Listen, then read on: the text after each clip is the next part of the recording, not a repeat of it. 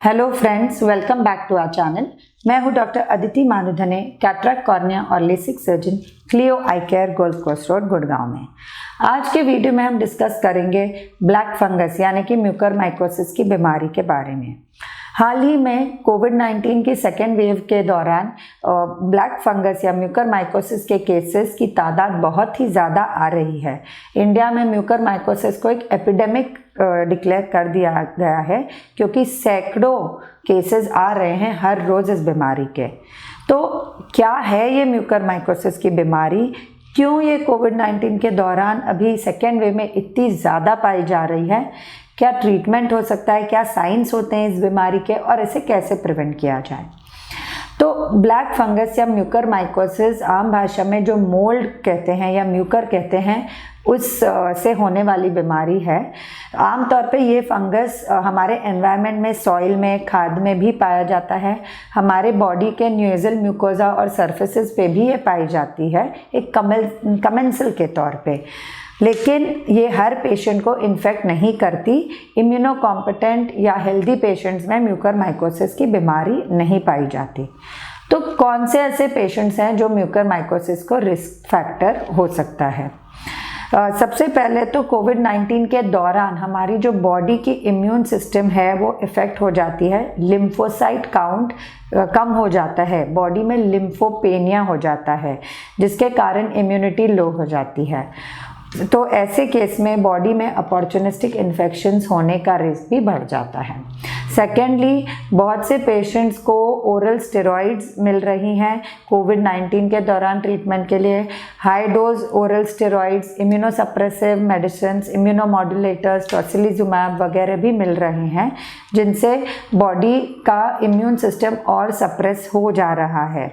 उसी साथ ही साथ अगर किसी पेशेंट को डायबिटीज़ है या वो बॉर्डरलाइन डायबिटिक है तो स्टेरॉइड्स के कारण और स्ट्रेस इंड्यूस्ड जो कोविड-19 की बीमारी है उसके कारण ब्लड शुगर्स डिस्टर्ब हो जाते हैं और पेशेंट्स के अगर ब्लड शुगर्स कोविड-19 के दौरान डीरेंज हो जाते हैं तो ऐसे पेशेंट्स को भी रिस्क हो जाता है म्यूकरमाइकोसिस की बीमारी का। तो हाई रिस्क फैक्टर्स होते हैं कोविड-19 moderate disease, pre existing diabetes which is uncontrolled या high blood sugar levels, high oral steroid therapy long term के लिए, या कुछ वैसे भी पेशेंट्स जिनको लॉन्ग टर्म ऑक्सीजन थेरेपी मिली हो या तो होम या हॉस्पिटल सेटिंग में। तो ये रिस्क फैक्टर्स होते हैं म्यूकरमाइकोसिस के लिए। तो म्यूकरमाइकोसिस का क्या सिम्टम होते हैं? अगर किसी पेशेंट को कोविड-19 हुआ है, उसको हाल ही में स्टेरॉइड्स लॉन्ग टर्म चले हैं और वो पेशेंट डायबिटिक है तो उन्हें इन लक्षणों के लिए बहुत ही ध्यान से लुकआउट करना चाहिए क्योंकि अगर अर्ली लक्षण होते हैं तो उन्हें इमीडिएटली अपने डॉक्टर को संपर्क करना चाहिए। अगर किसी पेशेंट को नाक में स्टफीनेस या अचानक बदबू आने लगे, फाउल स्मेलिंग डिस्चार्ज आने लगे या खून आने लगे या नाक के आसपास काली परत जमने लगे या नाक के आसपास के एरिया में या चीक पे, फेस पे बहुत ज़ोरों से पेन होने लगे या एक साइड फेस में स्वेलिंग होके नमनेस हो जाए तो ऐसे पेशेंट को हो सकता है म्यूकरमाइकोसिस के लक्षण आ रहे हैं। साथ ही साथ कभी कभी पेशेंट को फीवर भी अचानक आने लगता है। अगर ज़्यादा स्प्रेड हो जाती है तो अगर ये आँख के पीछे के एरिया के टिश्यूज़ में आती है तो विजन भी लॉस हो सकती है, आँख की मूवमेंट्स रुक सकती हैं और अगर बीमारी और फैलती है तो ये स्कल बेस से दिमाग तक भी स्प्रेड हो सकती है जो कि जानलेवा या घातक हो सकती है। तो अगर किसी को इनमें से कोई भी लक्षण आए और उनमें रिस्क फैक्टर्स हैं तो उनको डॉक्टर को कंसल्ट करना और इमीडिएटली ट्रीटमेंट लेना ज़रूरी हो जाता है। तो नेक्स्ट आता है कि किस डॉक्टर को या म्यूकरमाइकोसिस के लिए क्या ट्रीटमेंट लिया जाए और कहाँ अप्रोच कर रहे हैं। देखिए, म्यूकरमाइकोसिस की बीमारी कोई एक स्पेशलिटी का पर्सन नहीं ट्रीट करता। इसे एक मल्टी डिसिप्लिनरी टीम चाहिए यानी कि मल्टीपल स्पेशलिटीज़ के डॉक्टर साथ में ट्रीट करते हैं जिसमें एक ENT सर्जन होते हैं, ऑफ्थेल्मोलॉजिस्ट यानी कि आई स्पेशलिस्ट होते हैं, इंटरनल मेडिसिन या डायबिटोलॉजिस्ट होते हैं जो ब्लड शुगर्स पेशेंट के कंट्रोल करते हैं और उसके अलावा न्यूरो सर्जन और रेडियोलॉजिस्ट की ज़रूरत होती है। तो ऐसे पेशेंट्स को एक मल्टी स्पेशलिटी हॉस्पिटल सेटिंग या जनरल हॉस्पिटल में मैनेज किया जाता है एडमिट करके।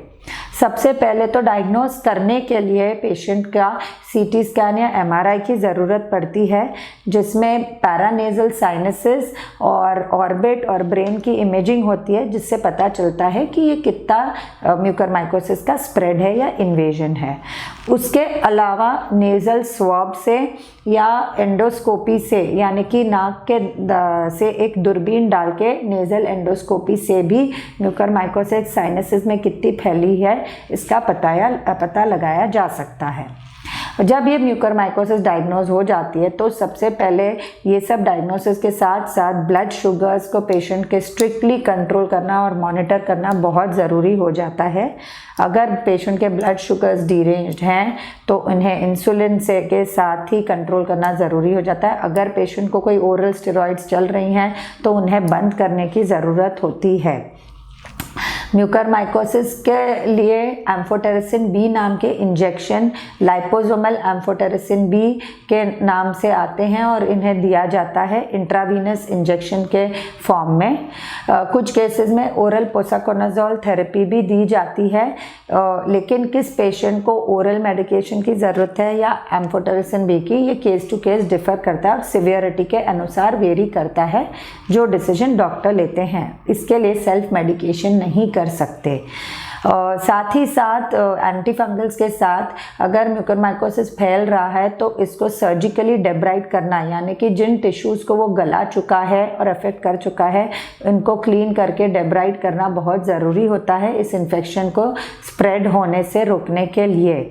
अगर ये ज़्यादा स्प्रेड हो जाता है तो ये अगर आँख के पीछे के एरिया तक पहुँच जाता है और ज़्यादा स्प्रेड होता है तो कभी कभी रेयर केसेस में एक्सेंट्रेशन नाम की म्यूटिलेटिंग सर्जरी की भी ज़रूरत पड़ती है, लेकिन ये केस बहुत ही एडवांस केसेस में होता है। अगर जल्दी डायग्नोस कर दिया जाए और सर्जिकल डेब्राइडमेंट लोकलाइज्ड हो जाए तो बीमारी को फैलने से रोका जा सकता है।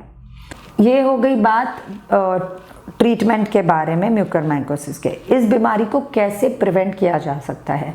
तो सबसे पहले तो जो मेन कल्प्रिट है अभी म्यूकरमाइकोसिस का स्प्रेड का, वो है uncontrolled use of oral steroids in Covid, यानी कि बहुत एक्सेसिव स्टेरॉइड यूज़ कोविड के दौरान शुगर्स को डिरेंज कर दे रहा है, जिसके कारण भी बहुत से लोगों को ये बीमारी हो रही है। तो जैसे कि इंडिया में अनलाइक अदर कंट्रीज़ बहुत से लोग ओवर द काउंटर खुद से सेल्फ मेडिकेशन पे भी स्टेरॉइड्स ले लेते हैं। ओवर यूज़ या एक्सेसिव यूज़ को प्रिवेंट करना है। ये सेल्फ मेडिकेशन की दवाइयाँ नहीं होती हैं, आपको डॉक्टर को कंसल्ट करके ही स्टेरॉइड की दवाई लेनी है। डॉक्टर ही डिसाइड करते हैं किसको ज़रूरत है केस टू केस और कितने स्टेरॉइड्स की कितने दिनों के लिए ज़रूरत है। तो ये अनकंट्रोल्ड यूज़ को अवॉइड करना होगा। सेकेंडली, अभी एक और थियरी आई है कि एक्सेसिव जिंक जो कंज्यूम किया जा रहा है उससे भी म्यूकर का खतरा हो सकता है। तो क्योंकि फंगस को ग्रो करने के लिए भी जिंक मॉलिक्यूल की ज़रूरत होती है, तो अभी कुछ थियरीज़ ये भी कह रहे हैं कि एक्सेसिव जिंक सप्लीमेंट्स भी नहीं देने चाहिए। तीसरा, अगर किसी पेशेंट को डायबिटीज़ के साथ कोविड हुआ है तो उनको अपने ब्लड शुगर्स बहुत स्ट्रिक्टली मॉनिटर करने चाहिए और कंट्रोल करने बहुत ज़रूरी हैं। पेशेंट की रिकवरी फेज़ में भी पेशेंट को ध्यान रखना होगा। अगर कोई पेशेंट रिकवर हो गया है कोविड से और वो डायबिटिक है, क्योंकि ये म्यूकर एनवायरनमेंट में रहता है तो बाहर निकलते समय भी मास्क को ठीक से पहनना ज़रूरी है। धूल मिट्टी और कंस्ट्रक्शंस के साइट्स पे ऐसे हाई रिस्क फैक्टर्स वाले पेशेंट्स को नहीं जाना चाहिए। अगर बाहर निकल रहे हैं तो प्रेफरेबली फुल स्लीव्स क्लोथिंग और फुल्ली कवर्ड क्लोथिंग के साथ निकलें और कुछ समय के लिए कंस्ट्रक्शन साइट्स, धूल मिट्टी से दूर रहें अगर किसी पेशेंट को ये रिस्क फैक्टर्स हैं जो हमने डिस्कस किए। तो इनसे म्यूकरमाइकोसिस की बीमारी होने से रोका जा सकता है। हाल ही में म्यूकर के साथ साथ ही अब एक वाइट फंगस की भी बीमारी पोस्ट कोविड रिकवरी पेशेंट्स में पाई जा रही है।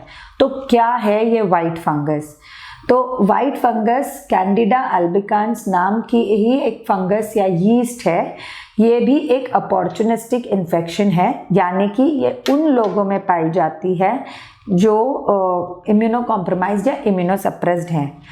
कोविड के पहले भी कैंडिडा इन्फेक्शंस और म्यूकर इन्फेक्शंस उन लोगों में पाए जाते थे जो heavy dose of immuno suppressants या स्टेरॉइड्स पे थे, यानी कि पेशेंट्स जिनको पोस्ट ट्रांसप्लांट इम्यूनो सप्रेसेंट्स चले हुए हों, पेशेंट्स जो HIV हैं और उनकी बॉडी इम्यूनो कॉम्प्रोमाइज्ड है, तो उन लोगों में पहले भी ये इन्फेक्शंस पाए जा रहे थे, ब्लैक फंगस के और वाइट फंगस के।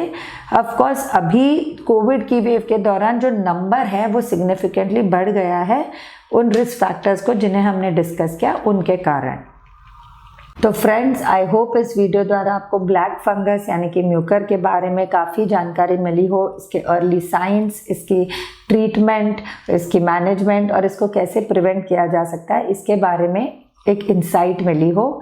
आपको मैं रिपीट कर रही हूँ, एक हेल्दी इंडिविजुअल को जिसको कोई अंडरलाइंग बीमारियाँ नहीं हैं या किसी पेशेंट को जिसको माइल्ड कोविड हुआ है और ये कोई भी रिस्क फैक्टर्स नहीं है जो हमने अभी डिस्कस किए, तो उन केसेस में म्यूकर की बीमारी होना बहुत बहुत रेयर है। तो आपको घबराने की ज़रूरत नहीं है, लेकिन वॉचफुल रहना ज़रूरी है। इसीलिए हम इस वीडियो द्वारा आपको एडुकेट करने की कोशिश कर रहे हैं। तो इस जानकारी के साथ ही हम आपसे विदा लेते हैं। हम और भी नए वीडियोस के साथ आएंगे। Until then, this is doctor Aditi from Clio I Care. नमस्ते।